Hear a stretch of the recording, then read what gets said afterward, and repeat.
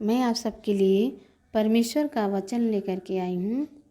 तो आज मैं उनके लिए वचन को पढ़ना चाहती हूँ जो बहुत बीमार रहते हैं और उनके जीवन में परेशानियाँ और समस्या परीक्षाएं आती जाती रहती है और उनको ऐसा लगता है कि मैं अपनी परेशानी से, समस्या से, परीक्षा से नहीं निकल पाऊँगा। तो मैं आज उनके लिए परमेश्वर का वचन पढ़ना चाहती हूँ, क्योंकि बाइबल में हम देखते हैं कि आयूब भी सुख दुख भोगी मनुष्य था और वो अपने परीक्षा में किस प्रकार से पास हुआ था। तो आज हम लोग वचन से सीखेंगे और आप सब ध्यान से वचन को सुनिएगा और समझने की कोशिश कीजिएगा। तब परमेश्वर अपने वचन से आप सब की जो आप परीक्षा में हैं, परीक्षा से निकास करेंगे।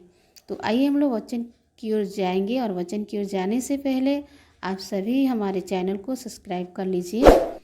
तो आयूब 2 का 1 से लेकर 10 तक पढ़ेंगे। फिर एक और दिन यहोवा परमेश्वर के पुत्र उसके सामने उपस्थित हुए और उनके बीच शैतान भी उनके सामने उपस्थित हुआ। यहोवा ने शैतान से पूछा, तू कहाँ से आता है? शैतान ने यहोवा को उत्तर दिया, इधर उधर घूमते फिरते और डोलते डालते आया हूँ। तब यहोवा ने शैतान से पूछा, क्या तूने मेरे दास आयूब पर ध्यान दिया है कि पृथ्वी पर उसके तुल्य खरा और सीधा और मेरा भय मानने वाला और बुराई से दूर रहने वाला मनुष्य और कोई नहीं है?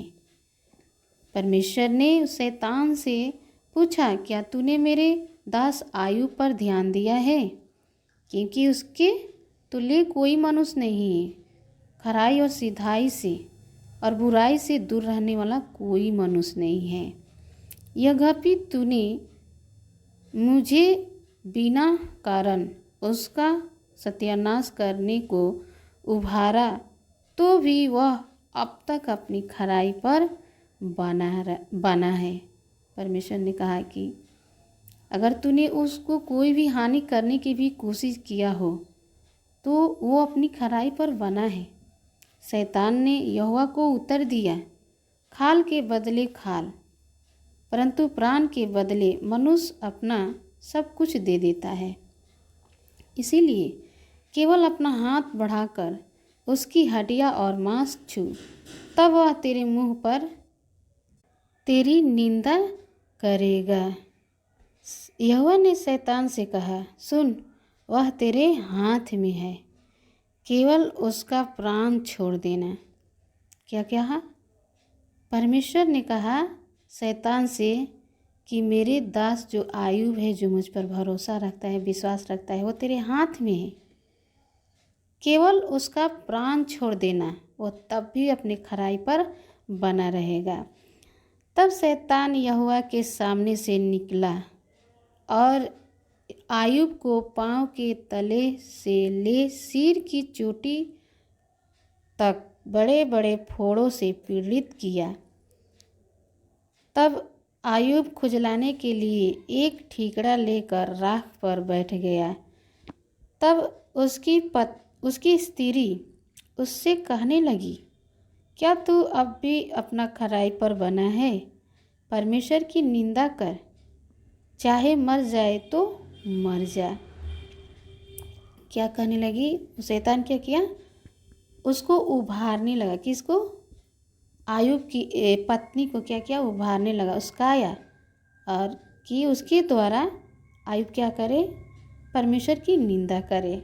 लेकिन आयूब ने उसे उत्तर दिया, उसने उससे कहा, तू एक मूर्ख स्त्री किसी बात करती है? क्या हम जो परमेश्वर के हाथ से सुख लेते हैं दुख न ले? क्या कहा? आयूब ने कहा, अपनी स्त्री को जवाब दिया, क्योंकि स्त्री को उबारा था शैतान ने कि वो अपने पति को परमेश्वर के मुंह से निंदा करे। आयुब ने कहा कि तू एक मूर्ख स्त्री सी बात करती है। जो परमेश्वर हमें सुख दिया है, क्या उस परमेश्वर से हम दुख नहीं ले सकते? इन बातों में इन सब बातों में भी आयुब ने अपने मुंह से कोई पाप नहीं किया। आयुब एक क्या था? परमेश्वर का सामने धर्मी और एक विश्वास योग्य मनुष्य था, और खराई से सिधाई से वो और बुराई से दूर रहने वाला वो मनुष्य था। और इस कारण परमेश्वर ने आयुब को धर्मी जन बनाया। वो धर्मी गिना गया, अपने विश्वास ही के कारण वो धर्मी गिना गया। इस प्रकार से अगर आप सबके जीवन में ऐसी कोई समस्या, परेशानी, या आपके जीवन में दुख बीमारी की ढेर है, आप परीक्षा में पड़े हैं, तो आप इस वचन को मन और तन से सुने, तो परमेश्वर अपने वचन के द्वारा आपकी परीक्षाओं से निकास करेगा। जिस प्रकार से आयुब के जीवन में शैतान ने उसकी शरीर में इतना पीड़ित किया, घाव और फुंसी से इतना उसके शरीर को भर दिया, जलन में था, आग से उसका देह लहरती थी, लेकिन तब भी उस अवस्था में भी आयुब अपनी खराई पर बना रहा और अपने मुख से परमेश्वर के विरोध में कोई भी ऐसा बुराई नहीं किया। अपने मुख से परमेश्वर को निंदा नहीं किया। वो परमेश्वर को विश्वास योग्य बना रहा, परमेश्वर में विश्वास योग्य बना रहा। वो मजबूत था, अपनी दृढ़ता के साथ परमेश्वर में मजबूत था। और शैतान ने उसको गिराने की कोशिश किया, लेकिन आयुब अपने विश्वास में अटल बना रहा।